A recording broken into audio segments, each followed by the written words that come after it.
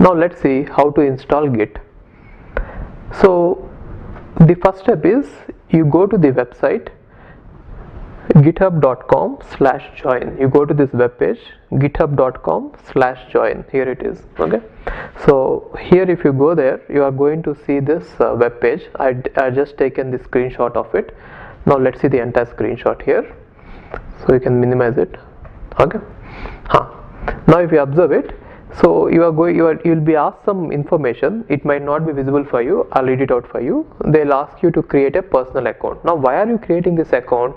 Because that is where you are going to get the storage on their server.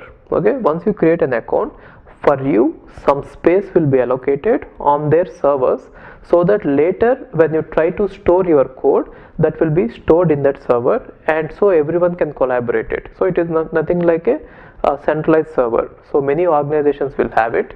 So one use of learning this is, later if you join some company, the chances are that they will be using GitHub there. It will be easy for you to understand there. And second thing is, even once you have this centralized server, if you are a team of 4 people working together from different locations, you can collaborate and work, or our team and you can also collaborate and work. So first thing is you try to get that space. So github.com is already providing it, therefore you need not create a server and host it somewhere. Instead use theirs. Okay, now what they'll ask you is create your personal account. So they are going to ask you a username, select a username, and then they'll ask you an email ID. So give an email ID there, and then the password. So password is, your account is going to be associated with some password, so give it there. And then there is create an account green button. You click on this. Okay, and the next step is, it is step 2, choose your personal plan. Now either you can choose a public repository for free. What happens with public repositories is your code will be globally visible to everyone, right?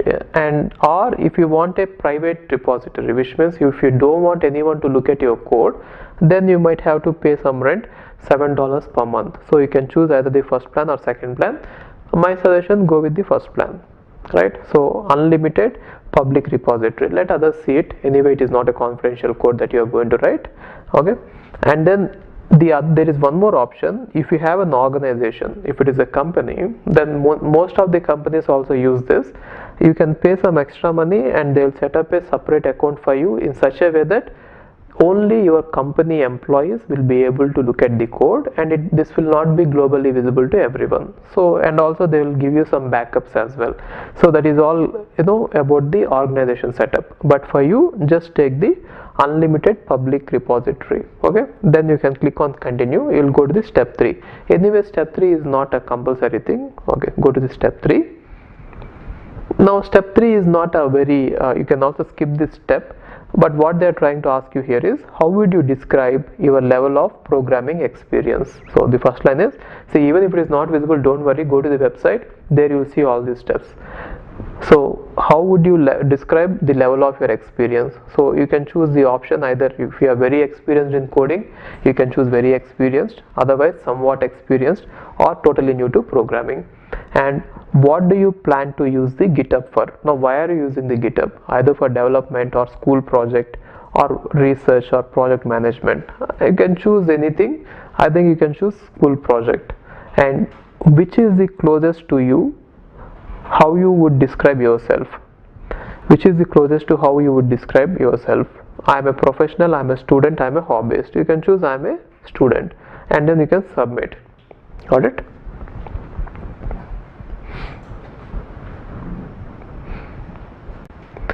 Now once you submit it, you are going to get the messages, please verify your email address. So you can go to the email, you would have received an email from this GitHub, right? And then you can go to your email and just see what are the steps they say to verify your email ID. So once it is done, this account is set up. So what does it mean? You are going to get some storage on their servers.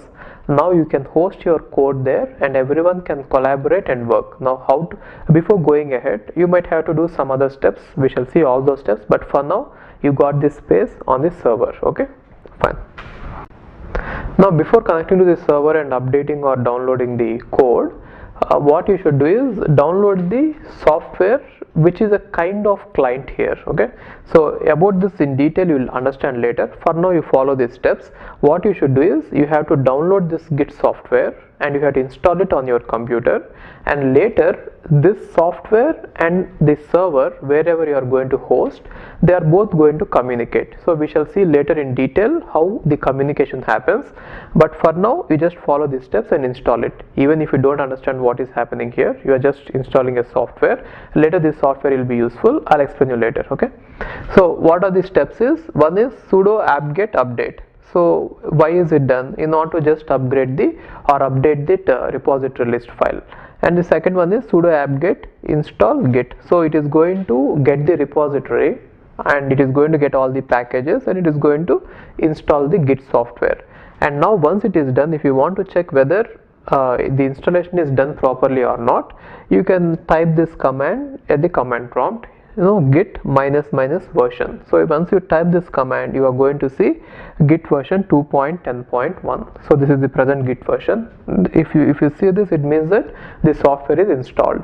And now you can associate this particular software with a username and the email ID which you have used to create the account earlier, right? So earlier you have created an account there, right? So you can use the same one. So git config -global username, you can give the username which you have given there, and then again the user email which you have given there, right? So later we shall see how this piece of software is going to interact with the server, and whenever you try to either update the code or change the code or download the code or upload the code, how it is being done, we shall see it. Okay, now let's see the next basics of Git. Now if you observe it, we are going to have something called as a working directory, and inside the working directory we are going to have the entire project. So what is a working directory? The word that I use here is the directory in which you are going to have the entire project is called as the working directory. And now inside the working directory we can have a directory, a main directory. Inside that you can have many subdirectories, or you can have all the files in one directory. Okay, that is what I am going to call as the working directory. Along with that we are going to have something called as a local repository or local database.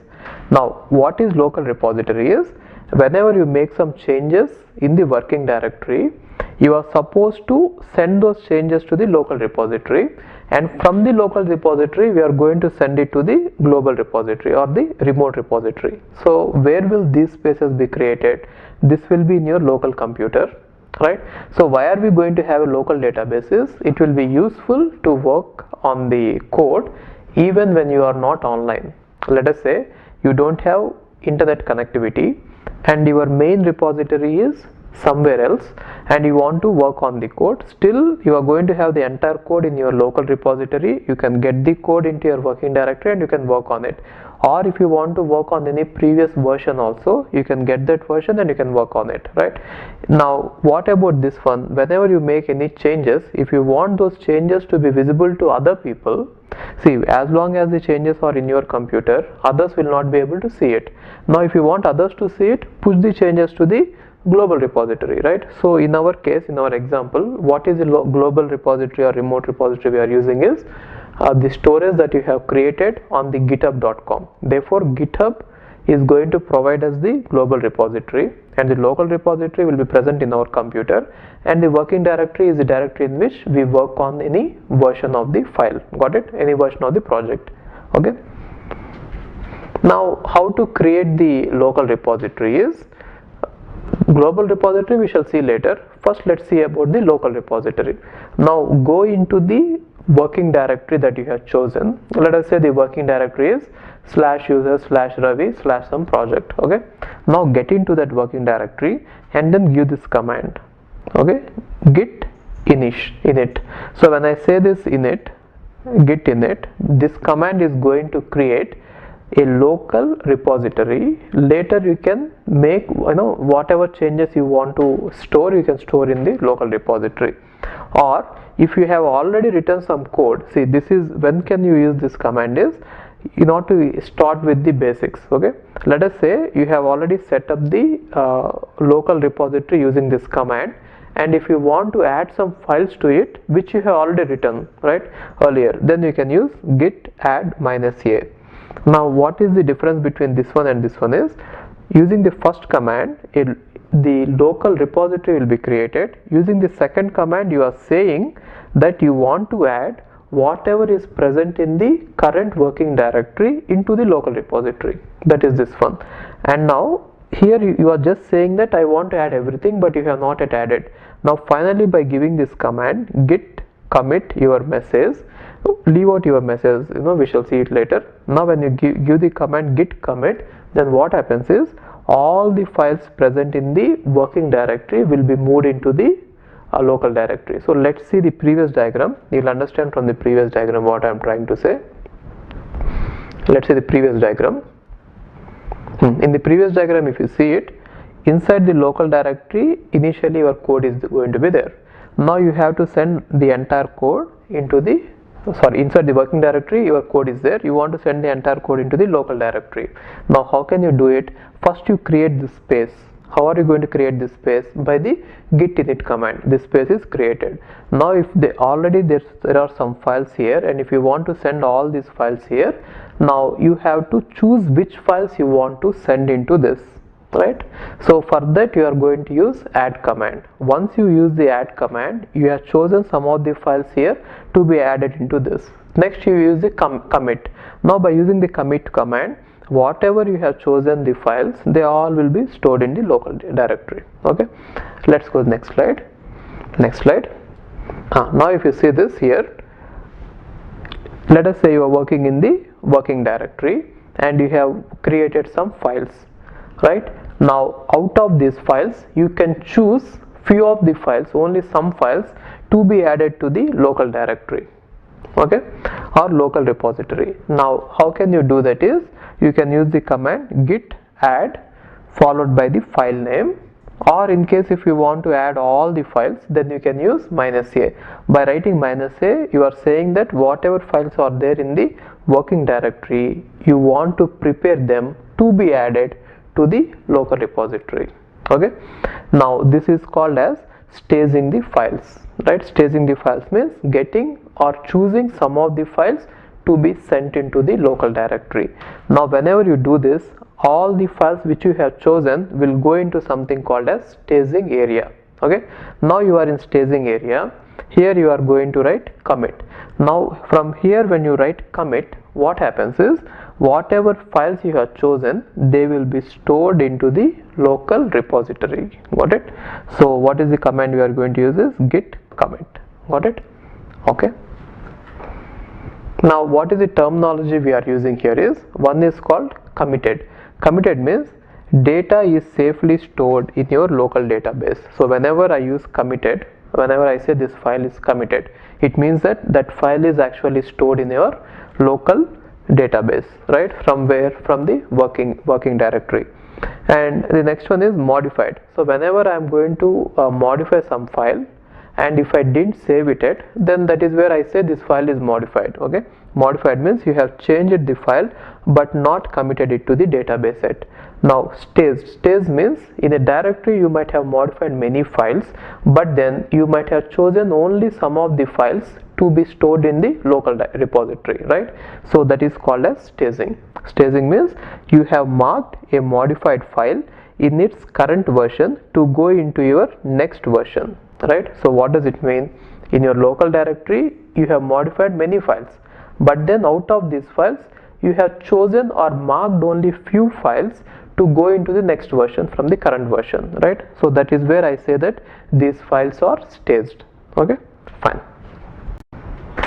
Now let's say you have started working on your project and you have hosted you have stored the entire project in a remote directory or remote repository like github.com. Okay, I'm not using any technical words here because you might not understand all the words. So there is a word called as cloning. That is what we are going to introduce in this one.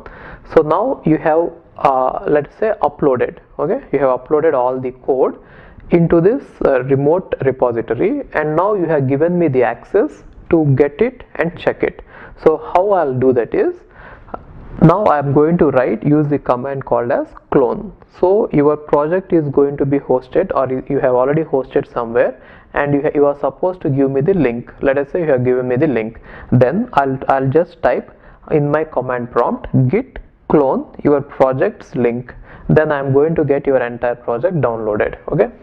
So what is the command here I am going to write is git clone some file here. Okay. So it is .git file. Now how to get this .git file is, see, there are many projects which are globally available, which means they are publicly available to everyone. You can go to github.com. So they have hosted many projects there. You can search for a project, and once you search the project, you can click on it, and there you can get the link of how to download it. So let's see how to do that.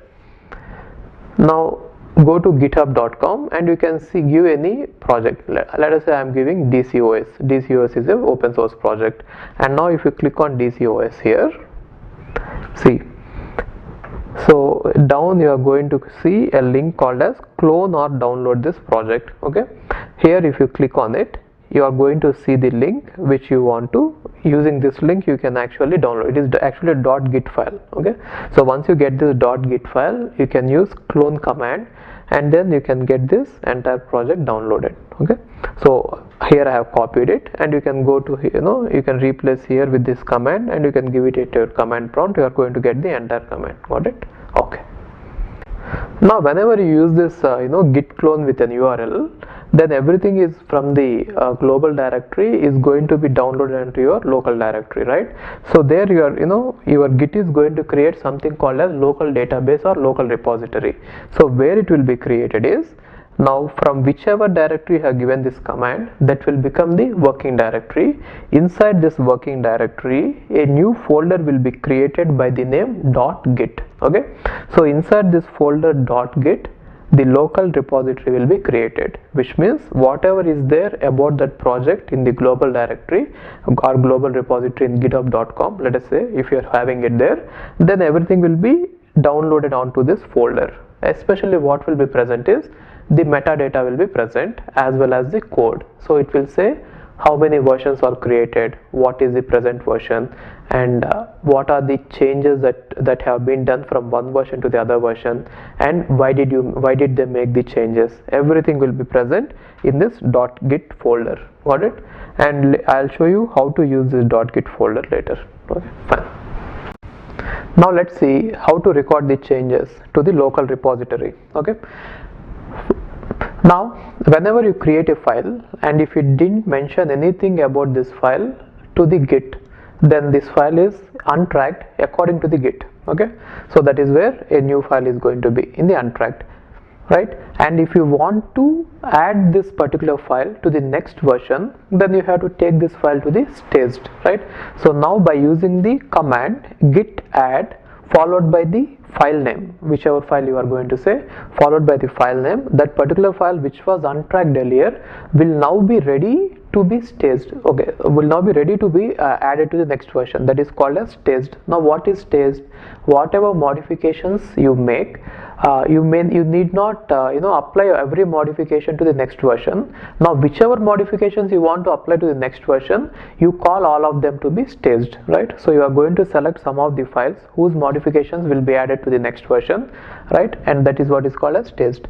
Okay, so this is about staged. Now let us say there is a unmodified file. Now what is an unmodified file is, this file you have taken from the previous version only, and you didn't make any modifications. That is called as unmodified file, and whatever changes were made in this file were already committed. Okay, that is called an unmodified file. Now unmodified file, when you edit it, it is going to become modified file. Now you take the modified file, and if you try to do this command add, then that modified file will be ready for the sent to the staging phase. Now from this staging phase you can commit the file, right? So now if you observe it, once from this, if I do git commit, finally that particular files, whichever files were chosen at this staged phase, they all will be made permanent, or they all will be added to the next version. Therefore all the files are now in the unmodified phase again. Why? Whatever changes were done, they were all actually added. So now what you should understand from this diagram is, let us say you have already a version of the code. Now you have downloaded all the version into your local repository or local working directory, and if you have added a new file to that particular code, then that will initially become untracked. From there, if you want to add it to the next version, first make it staged by using the command add. Similarly, if you are going to modify some of the files which you have downloaded from the previous version, then they will become initially unmodified. From there they will become modified. If you want to push these changes also to the server, to the next version, then you have to make it staged. So whatever you have staged, you can, once you give the command, all the staged files will be the changes will be made permanent inside the local repository, right, by the command commit. So everything is now again unmodified. Got it? Okay. Now you can also remove a file. So once you remove a file, that will become untracked file again. So from the Git, if you don't mention anything about any file, about some file to the Git, that is untracked. Also a file which the Git also already knows, if you try to remove it, that will become untracked. Okay. Now let's see how to update your changes in the local repository. So first thing is, you choose a directory as your working directory. Let us say you have already chosen. Now go into that directory, and at the command prompt you give the command git init, right? So which is nothing but initializing. As a result of this command, .git directory is going to be created, right? So this is the directory in which the local repository is going to be stored. Okay, this directory is called as .git directory. Okay, and since it is having dot, it may not be visible directly. Okay, and now if you want to see the status of the local directory, local repository, you can say git status. This is the command. If you type git status command, it is going to say nothing to commit, working directory is clean. The reason is you have not created anything as of now, right? That is why nothing to commit and local working directory is clean. Let us try to add a file to that. Let us say you have created a new file inside this directory by the name readme. Okay, so after creating this new file, let's say you didn't put anything inside that new file, you didn't add anything, and what happens to the status of this directory? Let us say again see the git directory. Now the git directory is going to say that it is untracked. See this, nothing added to commit but untracked files present. So whenever you create a new file and if you don't add it to the Git, then what it says is this file is untracked. So in the earlier flow I have shown you what untracked is, isn't it? So here it is going to be untracked. Okay, now let's try to add this file to the Git. What is the command we are going to use is git add readme, right, which means I'm giving the file name that has to be added to the Git.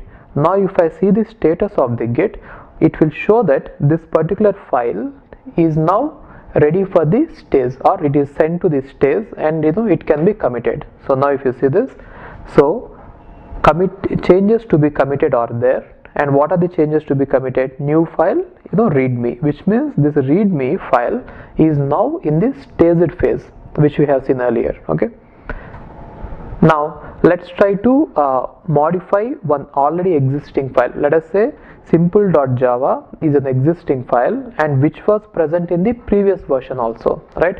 So as of now, I didn't tell you how to download the previous version files, but then assume that already you have downloaded the previous version file, all the files, and one of the file is simple.java and you have modified it. Okay, so now let's see the status. So once you have modified the simple.java, what will be the status say? Status will say that modified file simple.java. Now let's try to add this simple.java for this staging, which means before committing this particular changes which you have done in the simple.java, what you are supposed to do is you are supposed to do add. So if I do add, then whatever changes are done in this simple will be staged. Got it? So now if you see the status, then it is going to say that changes to be committed, which means there are changes which are to be committed. What are the changes? One is you have created the new file readme, which is also in the staged file, and the other one is you have modified the file simple.java. So these two are going to be shown. Now if you want to see exactly what you have modified in this simple.java before you commit the changes to the local repository. That also you can see it. Okay, now let's see that. Now let's say you have already downloaded files from the previous commit and then you have modified them. Now after modifying them, you are supposed to stage them, right? So after staging them, you are supposed to see the difference between the staged files and the original version, so that once you see the changes, you will be sure whether to commit these changes or not. Okay, once you are sure, you can commit it. Or getting the point? See, already previous committed version, you have downloaded it. You can consider them as the original files, and then one of the files you have modified. Once you modify, you are going to stage that file. Now the staged, there is a version of the file in the staged as well as the original version. Now you want to finally see, and for the one last time before you commit the changes, you want to see what are the changes you have made. Then only you want to commit the changes onto your local repository. For that there is a command. Okay, now how can you view this? Let us say this is the simple.java file. Initially the file is like this and it is already committed in the previous commit, and later you have modified it and you got the file like this and you have staged it. Right, now you want to see at the command prompt what are the lines you have actually modified before you do the commit. Then the command you can use is git diff cached. Got it?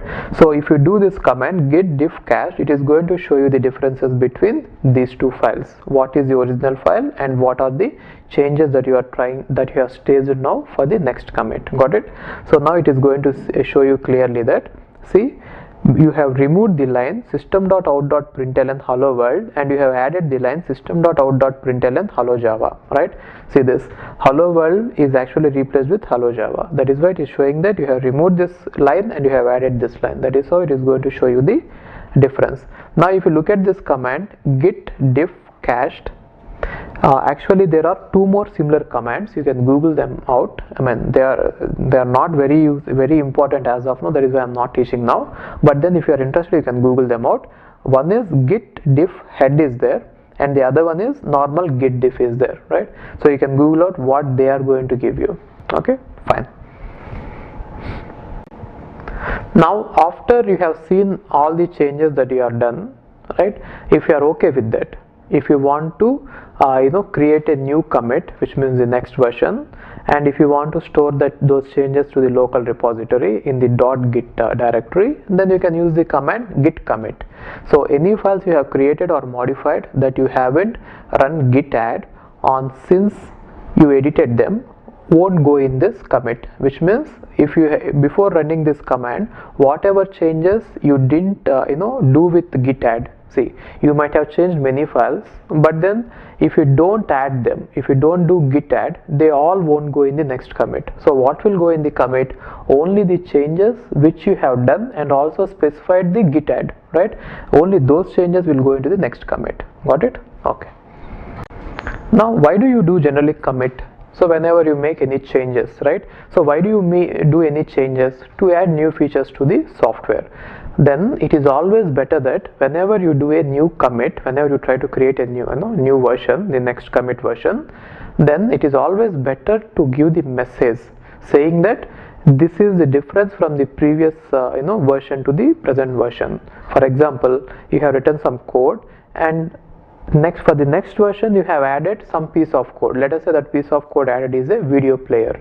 Then it is meaningful while committing if you specify the message that video player added, so that anyone who sees the earlier version of the commit and the new version of the commit, they can understand that, oh, the difference is they have added the new video player, and if they want to only see the difference between these two, whatever files are added, they can also use the commands and they can see it. That is why it is always the best practice to give a message with every commit command. Okay, now if you see this, git commit is the command without any message given to this, right? If you directly give like this, automatically the editor will be launched, and in that editor one top line will be empty, and below that line the present status of the git will be shown in a commented out manner, but you are supposed to write in the top line some message. Okay, so what is that message?